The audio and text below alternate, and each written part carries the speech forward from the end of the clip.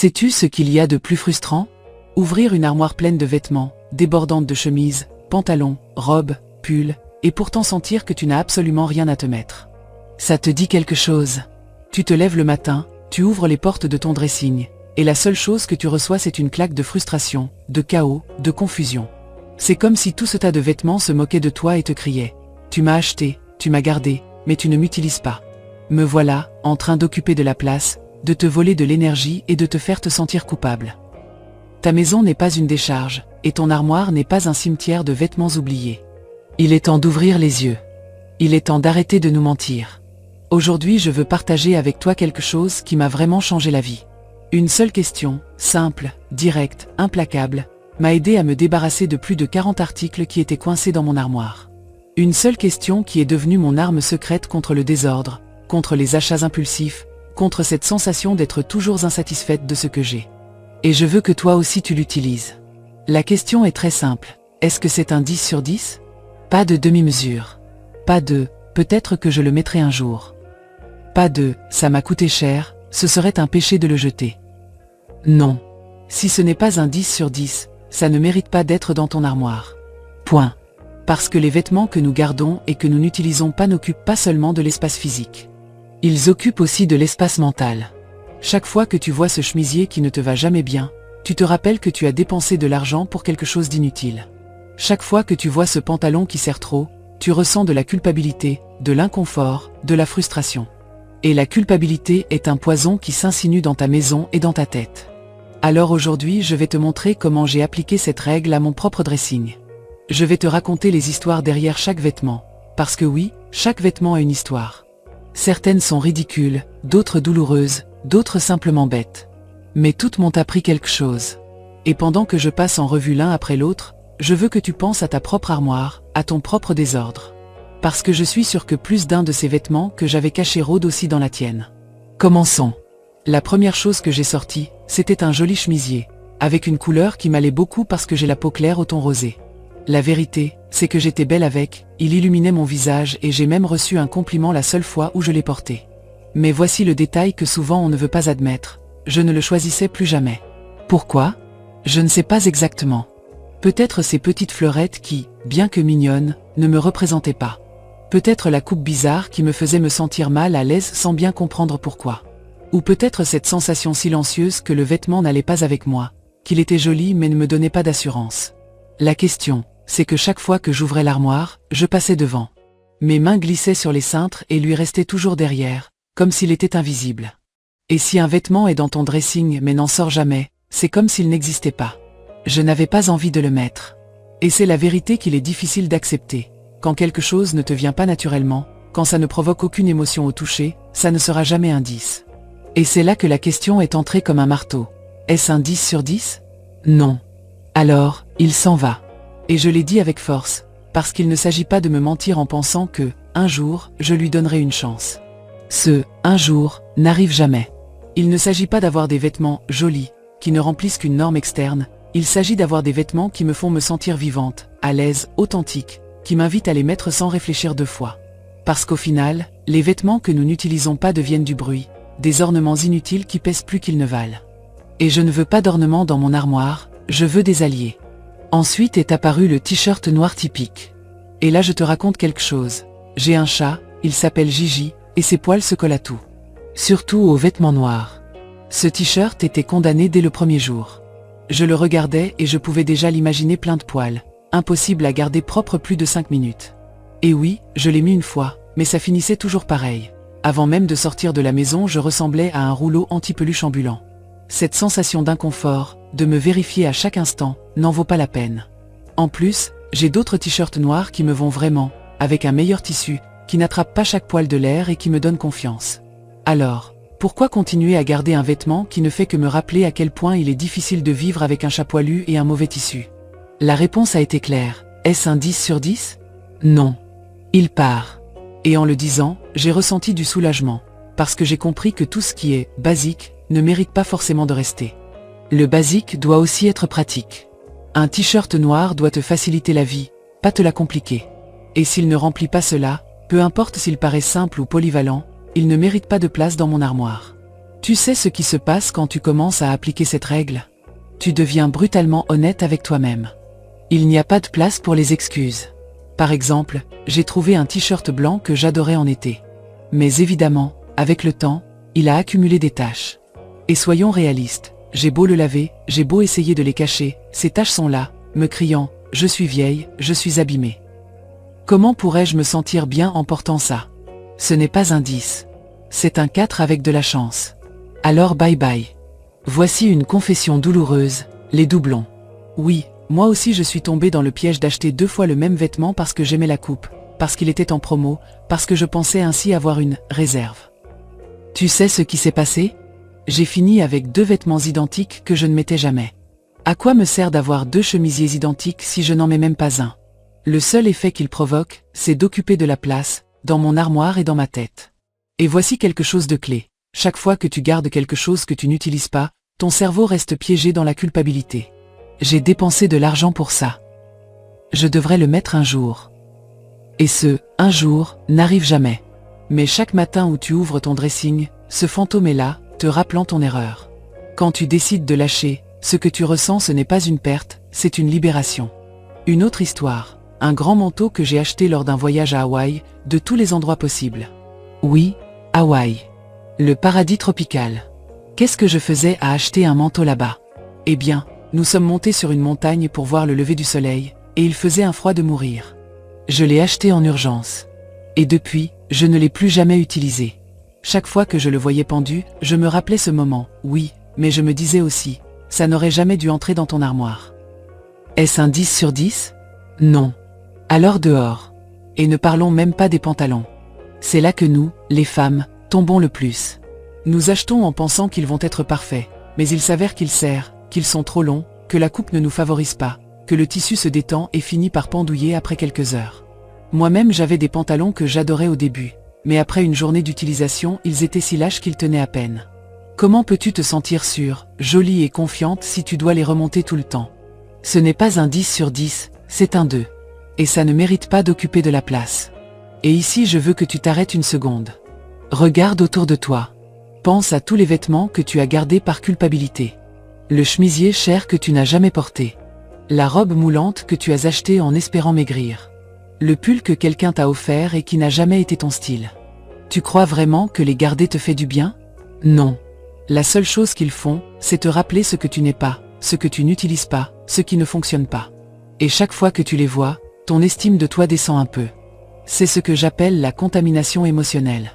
Et tu n'as pas besoin de ça dans ta vie. Je continue à sortir des vêtements. Une chemise à boutons que j'ai achetée parce que j'aspirais à être cette femme élégante, professionnelle, toujours impeccable. Mais tu sais quoi? Je ne suis pas cette femme. Je suis t-shirt, vêtements confortables. Et chaque fois que j'essayais de mettre cette chemise, j'avais l'impression d'être déguisée. Ce n'était pas moi. Est-ce un 10 sur 10? Non. Alors adieu. Parce que les vêtements, c'est aussi de l'identité. Et tu n'as pas à t'habiller comme quelqu'un que tu n'es pas juste pour satisfaire des attentes. Autre erreur classique, les achats en solde. Ce jour où tu passes devant un magasin et tu vois l'écriteau « moins 70%. Tes yeux brillent. Tu as l'impression de faire une super affaire. Mais tu sais ce qui se passe? C'est que souvent tu achètes ce que personne d'autre ne voulait. Parce que ce n'était pas pratique, parce que ça ne flattait pas, parce que ça n'en valait pas la peine. Et te voilà, tombant dans le piège. Je l'ai fait, plus d'une fois. J'ai fini avec des vêtements que je n'ai jamais portés, qui étaient dans mon armoire juste pour me rappeler qu'une « bonne affaire » n'est pas toujours un cadeau. Alors maintenant j'ai une règle claire. Si je l'achète, ça doit être un 10 sur 10. Peu importe s'il est à moins 80%. S'il ne me fait pas tomber amoureuse, s'il ne me fait pas me sentir incroyable, je n'en veux pas. Et je veux que tu vois quelque chose d'important. Ranger ton armoire n'est pas seulement une tâche de nettoyage. C'est un exercice de connaissance de soi. Ça t'oblige à être honnête avec toi-même. Ça te montre quel type de vêtements tu aimes vraiment, quel est ton style réel, et quelles ont été les erreurs que tu ne veux plus répéter. Par exemple, j'ai appris que je déteste les pantalons taille haute. Je les déteste. Ils m'ennuient, me font me sentir bizarre, ne me flattent pas. Alors, pourquoi continuer à en acheter? Je sais déjà qu'ils ne sont pas pour moi. J'ai aussi appris que ça ne sert à rien d'acheter des tailles erronées en espérant qu'un jour ils m'iront. C'est cruel envers toi-même. Tu n'as pas besoin de vêtements qui te rappellent que tu ne rentres pas dedans. Tu as besoin de vêtements qui s'adaptent à toi, à ton corps actuel, celui que tu as aujourd'hui, pas celui dont tu as rêvé. Dans tout ce processus, j'ai trouvé plus de 40 vêtements qui n'étaient pas un 10 sur 10. Et chaque pièce que je laissais partir me faisait me sentir plus légère, plus libre, plus sûre. Et je veux que tu comprennes ceci. Ton armoire doit être un endroit qui t'inspire, pas qui te déprime. Chaque fois que tu ouvres ces portes, tu devrais sentir que tout ce qui s'y trouve est un grand oui. Pas de doute, pas de culpabilité, pas de frustration. Seulement des vêtements qui te font te sentir bien. Et voici mon astuce personnelle. Quand j'ai des doutes sur un vêtement, je le mets tout en haut. Si je ne le choisis pas pendant plusieurs semaines, je sais que je ne le choisirai jamais. Alors il part. Simple, pratique, efficace. Écoute, je ne vais pas te mentir. Au début ça fait mal. Ça fait mal d'accepter que tu t'es trompé en achetant. Ça fait mal de lâcher ce qui t'a fait rêver. Ça fait mal de regarder une étiquette jamais enlevée et d'assumer que cet argent ne reviendra pas. Mais la douleur la plus chère n'est pas dans le sac de dons. Elle est dans le fait de continuer à payer un loyer, tous les jours, avec ton espace, ton temps et ta paix mentale pour des choses que tu n'utilises pas. Ça, c'est le vrai coup. L'argent est déjà parti, rester accroché ne le ramène pas. La seule chose que ça fait, c'est te prélever des intérêts sous forme de désordre, de décisions difficiles chaque matin et de petites culpabilités silencieuses qui s'accumulent comme de la poussière sur les étagères. Quand enfin tu comprends que garder ne rembourse pas, ça n'enchaîne que davantage, la main se desserre. Ça devient plus facile. Et pas parce que tu deviens froide, mais parce que tu commences à protéger quelque chose de plus précieux, ton présent et ton futur. Pense à chaque vêtement que tu n'utilises pas comme à un voleur poli mais insistant. Il ne force pas la porte, il ne crie pas, il est simplement là, occupant. Il te vole de la place, 1 centimètre aujourd'hui, un autre demain, jusqu'à ce que tu ne vois plus ce qui te va vraiment. Il te vole du temps, chaque matin, 2, 3, 4 minutes d'hésitation, essayer, décrocher, raccrocher, soupirer. 4 minutes par jour, ce sont 24 heures et 20 minutes par an. Une journée entière de ta vie, volée par, peut-être un jour. Il te vole de l'énergie, des micro-décisions qui épuisent, qui te mettent de mauvaise humeur avant le petit déjeuner, qui te font sentir que rien ne te va, alors que le problème n'a jamais été toi, c'était la pile de « ce n'est pas un dit » qui bloque la vue. Et toi, comme maîtresse de maison, tu portes déjà sur le dos 1000 choses que personne ne voit. Liste de courses, horaire des enfants, factures, menus, rendez-vous, la maison battant au rythme du tien. Tu n'as pas besoin d'autres voleurs cachés dans l'armoire. Tu as besoin d'alliés. Des vêtements qui te règlent la matinée en 10 secondes. Des vêtements qui te remontent le moral sans drame. Des vêtements qui enlacent le corps que tu as aujourd'hui, pas celui que tu as rêvé pour après l'été. Ton armoire ne peut pas être un champ de bataille où tu entres pour te battre contre ton reflet. Elle doit être un refuge, un espace où tu respires, où tu choisis en paix, où tu t'habilles en 2 gestes et tu sors vivre.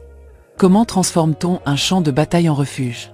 Avec une question qui ne négocie pas. Est-ce un 10 sur 10? Pas « un jour », pas « mais ça m'a coûté cher », pas « et si je maigris ». 10 sur 10 aujourd'hui.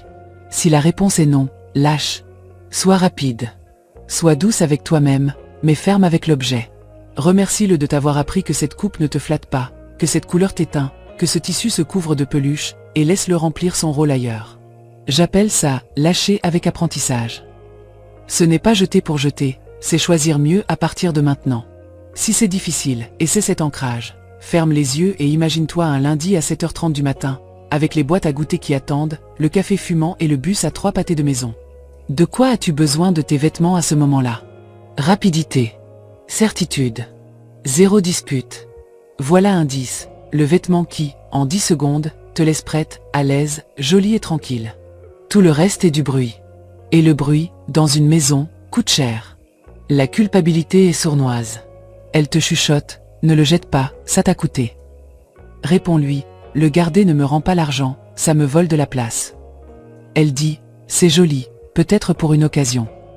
Réponds, les occasions n'apparaissent pas parce que j'ai la robe, elles apparaissent quand ma vie est organisée et que j'ai l'énergie pour en profiter. Elle dit, c'est de marque. Réponds, ma paix n'a pas de logo. Change le dialogue interne. Ta voix doit sonner plus fort que la culpabilité. Si ça t'aide, dis-le à voix haute pendant que tu décides. Je prends soin de mon énergie. Je choisis des alliés. Je m'habille pour la vie que j'ai aujourd'hui. Transforme la décision en un rituel simple et répétable. Sors le vêtement, demande-toi, 10 sur 10 dans 5 dimensions. Ajustement, couleur, texture, fonction et émotion. Ajustement. Est-ce que ça me va bien sans retouche ni tiraillement? Couleur. Est-ce que ça illumine mon visage ou mes teints? Texture. Ça gratte, ça se détend, ça se couvre de poils, ça réclame le faire à chaque usage? Fonction. Ça sert à mes journées réelles école, courses, réunions, maison ou seulement à une fantaisie? Émotion. Est-ce que je me sens moi, forte, sereine? Si dans l'une de ces dimensions ça tombe en dessous de 8, tu connais déjà la réponse. 10 sur 10 ne signifie pas vêtements de fête. Ça signifie, ça me simplifie la vie et ça me fait du bien. Quand tu doutes, utilise la boîte de quarantaine. Elle est transparente et datée. Mets Y, ce qui n'est pas un nom catégorique, place-la tout en haut de l'armoire sans cachette et fixe une limite, 30 jours. Si en 30 jours tu n'es pas allé chercher quoi que ce soit, tu as déjà décidé sans souffrance. Sortie directe, donner, vendre, recycler. Et en parlant de sortie, crée la piste de décollage. Un sac joli, oui, joli. Le cerveau coopère davantage quand le processus semble soigné, près de la porte. Chaque pas dit atterrit là et ne retourne pas dans l'armoire. Ça sort de la maison à la prochaine sortie. Sans détour, sans « je verrai plus tard ». L'autre piège courant, c'est le « au cas où ». Traduit, au cas où un jour je voudrais ressentir encore de la culpabilité. La vie réelle te montre ce que tu utilises. Observe une semaine. Laisse sur un cintre à part les vêtements qui ont vraiment touché ton corps. À la fin de la semaine, l'évidence parle. Ne discute pas avec les faits. Renégocier avec la réalité, c'est perdre le temps dont tu as besoin pour l'important. Et si ça te fait mal de te séparer de quelque chose de cher, applique le coût par usage. Divise ce que tu as payé par le nombre de fois où tu l'as porté. Si un chemisier à 30 000 pesos a été porté 30 fois, parfait, 1000 par usage, mission accomplie.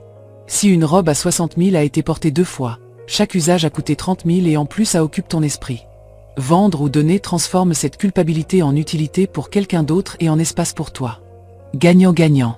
Je te propose une image, ton armoire comme une équipe. Les vêtements alliés font 3 choses. Ils te vont bien sans effort, se combinent avec la majorité et supportent ta routine sans demander des faveurs. Ne réclament pas le fer d'urgence, ne sont pas transparents, n'attrapent pas les poils, ne serrent pas au bout de 2 heures. Les vêtements ennemis exigent quelque chose en échange. Repasse-moi. Porte-moi avec cette unique veste. Change de soutien-gorge. Ne t'assois pas, je me froisse. Ne m'enlace pas, tout se voit. Tu veux vraiment négocier tous les matins avec ce type d'énergie? Quand tu choisis des alliés, la vie s'ouvre. L'uniforme personnel apparaît tout seul. Tes combinaisons qui fonctionnent toujours. L'estime de soi cesse de dépendre d'une taille, et le miroir devient un oui. Si le sentimental te freine, fais-le avec respect et des limites claires. Photographie le vêtement avec son histoire. Écris-la en 2 lignes. Je l'ai porté le jour X. Il m'a appris Y. Ensuite décide, on l'honorait dans une boîte ou on le condamne à l'armoire où il gêne.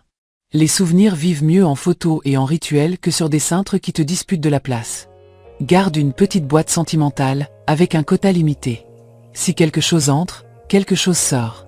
Honorer n'est pas entasser, honorer c'est choisir. Facilite la tâche à ton « moi » fatigué. Laisse des ensembles complets sur des cintres, pantalon plus ou plus ceinture. Mets tout en haut les vêtements, victoire assurée. Quand tu laves, raccroche ce que tu utilises le plus dans la zone VIP, à hauteur des yeux. Ce qui se cache s'oublie. Et établis des règles qui te soutiennent sans réfléchir, un entre, un sort. Si ça gratte, ce n'est pas à moi. Si j'ai besoin d'excuses, ce n'est pas à moi. Si je ne m'habille pas en 90 secondes, ce n'est pas un dit. Je te laisse un petit script pour ces secondes de faiblesse face aux vêtements qui te fait douter. Culpabilité, c'était cher. Toi, le garder me coûte plus cher, ça me vole la paix. Culpabilité, et si j'en ai besoin un jour? Toi, si un jour arrive, la femme organisée que je construis saura s'en sortir. Aujourd'hui j'ai besoin d'espace. Culpabilité, mais c'est joli. Toi, joli, c'est me lever et m'habiller sans me battre avec le miroir. Quand tu commences à lâcher, l'armoire change, oui. Mais celle qui change, c'est toi. Tu dors mieux parce qu'il n'y a plus de non-dit derrière les portes. Tu t'apprêtes plus vite et tu arrives à l'heure. Tu te sens plus légère mentalement. Disparaît cette sensation que ce n'est jamais assez. Tu le remarqueras dans de petites choses. Tu prépares le petit déjeuner avec un t-shirt qui te va bien et sans le dire, ton corps se sent plus léger. Sortir faire des courses devient une promenade, pas une bataille. Et peut-être le plus important, tes enfants apprennent en te regardant. Ils apprennent que les choses ne valent pas plus que la paix, que ce qui ne s'utilise pas se partage, que dans une maison ordonnée l'affection circule mieux. Est-ce un 10 sur 10? Voilà la clé. Si ça ne l'est pas, lâche. Ce que tu gagnes pèse davantage. Clarté pour choisir sans drame, confiance pour te regarder avec bienveillance, légèreté pour te déplacer chez toi avec aisance, et une paix qui se sent jusque dans la façon dont tu fermes les portes du dressing. Tu n'es pas en train de perdre un chemisier, tu es en train de récupérer ta matinée. Et quand tu récupères tes matinées, le reste de la journée t'obéit. C'est ainsi que j'ai réussi à ranger plus de 40 articles de mon armoire. Et je veux que toi aussi tu le fasses. Commence dès aujourd'hui. Pas demain, pas la semaine prochaine. Aujourd'hui. Ouvre ton armoire, regarde cette montagne de vêtements et commence à te demander, est-ce un 10 sur 10? Si ça ne l'est pas, ça s'en va. Et avant de continuer, je veux t'encourager. Abonne-toi à cette chaîne, parce que ce qui vient va t'aider à transformer non seulement ton armoire, mais toute ta maison. Bientôt je vais partager un « reset » complet du foyer, pour que nous entrions ensemble dans l'automne et les fêtes avec des maisons plus légères, fonctionnelles et pleines d'énergie. Et je ne veux pas que tu rates ça. Maintenant dis-moi en commentaire, quel est ce vêtement dont tu sais qu'il n'est pas un 10 sur 10 mais que tu résistes à lâcher? Écris-le. Je veux te lire. Je veux savoir qu'ensemble, nous sommes en train de rompre avec cette culpabilité. Et n'oublie pas que ranger ton armoire n'est que la première étape. Quand tu commences à lâcher ce qui ne te sert pas, tu commences aussi à lâcher des culpabilités, des souvenirs qui n'ont plus d'importance et des habitudes qui t'attachent. Ta maison commence à se transformer, mais le plus important c'est que toi aussi tu te transformes. Alors, maîtresse de maison, lève-toi, ouvre ce dressing et pose-toi la question. Je te promets que la réponse peut te changer la vie.